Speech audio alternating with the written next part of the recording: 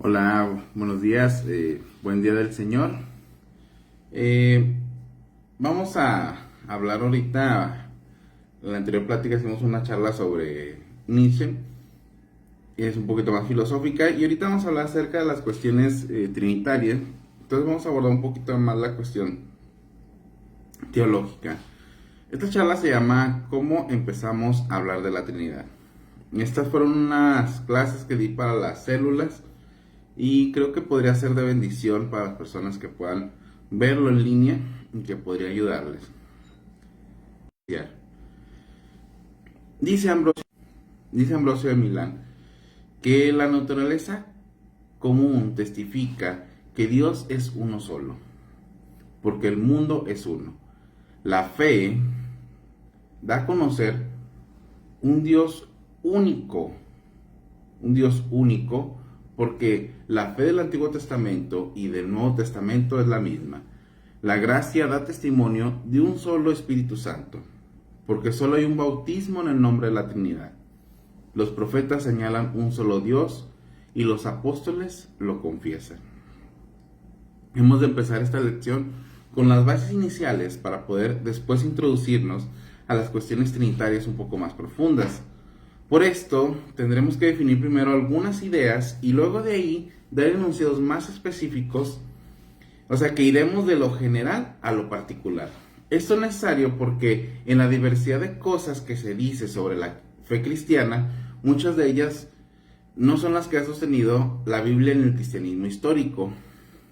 Una de estas es que en este camino que hemos recorrido a partir del tránsito denominacional, se ha olvidado de la enseñanza trinitaria, que es lo característico de la fe cristiana. Esto ha generado una enseñanza en las iglesias desconectada de todo su pasado y su identidad histórica, pensando que el cristianismo nació con mi denominación cuando realmente tenemos más de 2000 años de historia. En el tiempo que ha tenido la iglesia, muchas disputas se han hecho y de las cuales muchas han sido superadas y otras tantas herejías ya han sido rechazadas. Por eso, generalmente, cuando no estudiamos y viene alguien con ideas nuevas, nos sorprendemos y nos dejamos deslumbrar. Pero siempre debemos recordar una máxima bíblica: si es nuevo, no es bíblico, y si es bíblico, no es nuevo. Desde el siglo II se hablaba de manera común al credo, que es la expresión de fe más trinitaria, más básica, o se le llamaba también regla de fe, o regla de verdad, disculpen, o regla inmutable. La Iglesia cristiana ortodoxa siempre ha afirmado la Trinidad. A lo mejor de una manera no tan específica al principio, pero esto es por la falta de conceptos que tenían para poder explicarla. De hecho, el lenguaje, a partir del contacto con la filosofía griega, no es que haya cambiado la fe, sino que se dieron mejores herramientas para poder entenderla. Debemos también considerar el formidable secreto que se guardaba al principio sobre esta enseñanza, ya que de alguna manera en los primeros años del cristianismo todo era muy reservado para los iniciados. En este tiempo, por la falta de enseñanza ortodoxa y o la falta de comprensión de esta doctrina, algunos han dicho que esta doctrina es una mentira. Tenemos a los unicitarios o algunos herejes, o algunos que han dicho que hemos sido engañados todo este tiempo, ya que no existe al principio de la historia de la iglesia una exposición formal de la doctrina trinitaria en el Nuevo Testamento. O sea, no existe la palabra Trinidad. Esa ha sido siempre una crítica. O no podemos encontrar en el credo, en los libros de San Agustín al principio, pero debemos recordar que la revelación de Dios también es progresiva y que es necesario que también nuestra cultura se desarrolle para poder entender conceptos más avanzados.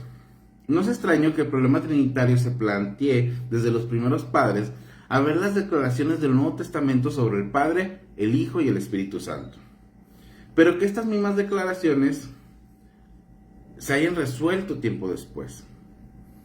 Digamos que el dogma trinitario siempre estuvo encerrado en una caja, para poder utilizar un ejemplo, Pero fue tarea de los siguientes cristianos ir desvelando qué había dentro de esa caja. Abrir esa caja es necesario hacerlo con cuidado y con una suma delicadeza para no destruir la fe transmitida y para poder respetarla. Es tomar la Trinidad, este misterio trinitario, de una manera seria y profunda para no dejarnos seducir por las respuestas fáciles de la razón humana. Parafraseando a Henry Lubac, si los cristianos se dejaran desgastar en que todos los nuevos profetas o mesías les han prometido y se dedicaran a creer en su fe histórica, entonces esa fe se convertiría en la luz del mundo. Debemos remontar y mencionar que la Trinidad siempre ha estado dentro del pensamiento de la Iglesia, ya que la enseñanza no simplemente es un sistema de pensamiento, sino que la doctrina está unida íntimamente al culto cristiano. En la antigüedad cristiana, en el momento del bautismo, el obispo le preguntaba al neófito si éste creía en el Padre, el Hijo y el Espíritu Santo, y al responder, esta persona creó, esta era bautizada. Como menciona el teólogo metodista Arthur Wainwright, la naturaleza del culto cristiano influenció en el desarrollo del pensamiento cristiano, y a la inversa, el desarrollo del pensamiento influenció la naturaleza del culto. Es una relación simbiótica.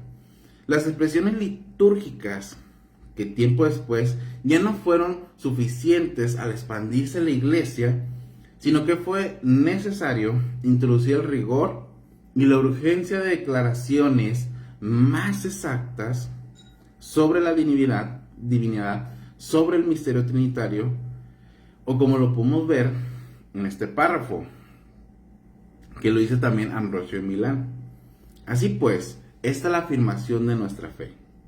Decimos que hay un solo Dios y no separamos de él al Hijo, como lo hacen los gentiles, ni como los judíos, digamos que ha nacido del Padre antes del tiempo, y que después ha sido engendrado de la Virgen, ni confundimos al Padre y al Verbo como Sabelio, para afirmar que el Padre y el Hijo son uno mismo.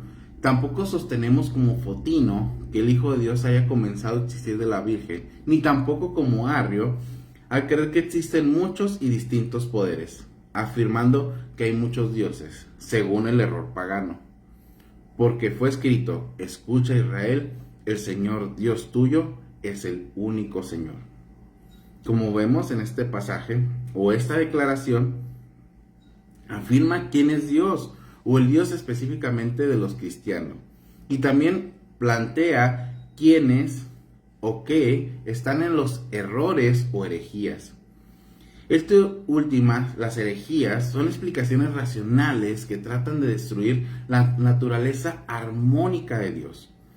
Al igual que los que nos precedieron, nosotros trataremos de definir la Trinidad y después también marcaremos cuáles son las doctrinas erradas sobre este concepto bíblico. Tenemos que declarar la verdad, como siempre le digo a mucha gente, para después corregir el error. Sé que esta doctrina es compleja al principio de entender para nuestra mente del siglo XXI, que trabaja más con algoritmos, con números, como por ejemplo ahorita trabajamos más con un lenguaje más técnico, más que con analogías o metáforas. Pero debemos de tratar de sumergirnos en la mente y los conceptos desde los primeros cristianos hasta lo que lo redactaron después en los credos, para ver por qué esta enseñanza se mantuvo firmemente y con tanta fuerza a pesar de su complejidad y de los múltiples enemigos que le salían en el camino. El punto de partida, como dice Emil Brunner, no es naturalmente el especulativo, sino el sencillo testimonio del Nuevo Testamento. Y al igual que este sencillo testimonio, quiero exponer el corazón de esta fe para nosotros poder beber de las ricas aguas que lo alimentan. Esta exposición de la fe trinitaria sería desde la perspectiva para defender que la mejor explicación sobre ella es el monoteísmo trinitario. el cual responde al clásico esquema de 3 personas y una sola sustancia divina. El modelo que estamos defendiendo dice que cada una de estas personas es Dios por la sustancia que tienen, pero los 3 forman parte de esa sustancia divina que es Dios. O en palabras más técnicas, estamos diciendo que 3 personas distintas, hipostasis, comparten una esencia, sustancia, naturaleza. El dogma de la Trinidad es algo establecido el día de hoy. No significa que este no fuera razonado por nuestros pasados, porque a veces tenemos esas ideas preconcebidas de la Ilustración, en cual decimos como que si las personas de antes no fueran razonables. También debo aclarar sobre ello que no veremos a profundidad toda la historia del dogma de la Trinidad en la Iglesia, sino que lo primero que iremos viendo, como desde el testimonio bíblico, que Pablo le llama a Dios Padre y a Jesucristo Señor, y al Espíritu Santo también le coloca todos los atributos divinos, y luego iremos avanzando de manera más concreta hacia los esquemas de los credos y las confesiones generales de las iglesias. Es decir, que la intención de esto es ir poniendo el piso y las varillas para ir trabajando en las paredes y luego hasta el final en los detalles, o en los detalles técnicos. Y esto para que todos como hermanos podamos hablar en el mismo lenguaje. Tendremos que abordar un poco el concepto que el judaísmo tenía acerca de la divinidad, porque la Trinidad no nace de la nada. Existían antecedentes, los cuales que tenemos que tener muchísimo en cuenta. Y aun con las influencias modernas que están a nuestro alrededor, podemos observar que el dogma trinitario no es un dogma antijudío, sino una expresión radical del judaísmo cristiano, como bien lo comenta el mismo Arthur Wainwright, un teólogo metodista. Con esto veremos que la doctrina trinitaria no es que sea algo post-bíblico, sino que realmente los escritores como Juan o Pablo sabían que al declarar ciertas expresiones sabrían las paradojas que traen a la mente leerlas. Como podemos ver, al adjudicarse a Jesucristo desempeño en las funciones de juicio, de salvación o de la creación misma, expresiones que solo se le daban a Dios, según el pensamiento judío, y no solo en las expresiones del Nuevo Testamento, sino en las doxologías o alabanzas que se le cantaban desde los primeros años de la iglesia. Fíjense, tenemos expresiones de Ignacio de Antioquía que decían: hay un médico carnal y espiritual, engendrado e ingénito, en carne, hecho Dios. O también el mismo Ignacio de Antioquía que decía: porque hay un solo Dios que se manifestó por medio de Jesucristo. Esto lo dice en la carta de los Efesios o en otras expresiones. Debemos decir que Ignacio de Antioquía fue discípulo directo de San Juan y San Pablo. Así que podemos suponer de manera bastante firme y a partir de un caso acumulativo que estaba inmerso en el pensamiento de estos 2 apóstoles que escribieron en la Biblia. Aparte de estas expresiones, veremos también otras para hacer un caso acumulativo a favor de la Trinidad. No solo esto, veremos que aún las expresiones que se usaron no fueron sacadas de la manga o de la nada, sino que estas expresiones tienen su base en las ideas de Juan al reinterpretar el Génesis para introducir la cristología alta y divina. Con estos temas expandiremos la cuestión de cuándo la revelación bíblica entra en contacto con la filosofía griega. Veremos cómo este sincretismo, más que degenerar la fe cristiana original, permitió explicarla de mejor manera a un mundo que no la comprendía, y que la helenización del cristianismo se daba desde antes de los padres de la iglesia. Como menciona Werner Jaeger, uno de los estudiosos del cristianismo primitivo, los escritores cristianos de la edad apostólica usaron las formas literarias griegas de la epístola, según el modelo de los filósofos griegos, y de los hechos o praexis, actos y doctrinas de hombres sabios y famosos contadas por sus discípulos. El desarrollo posterior de la literatura cristiana en los padres apostólicos que siguió estas líneas añadió otros como la Didache, el Apocalipsis y el Sermón.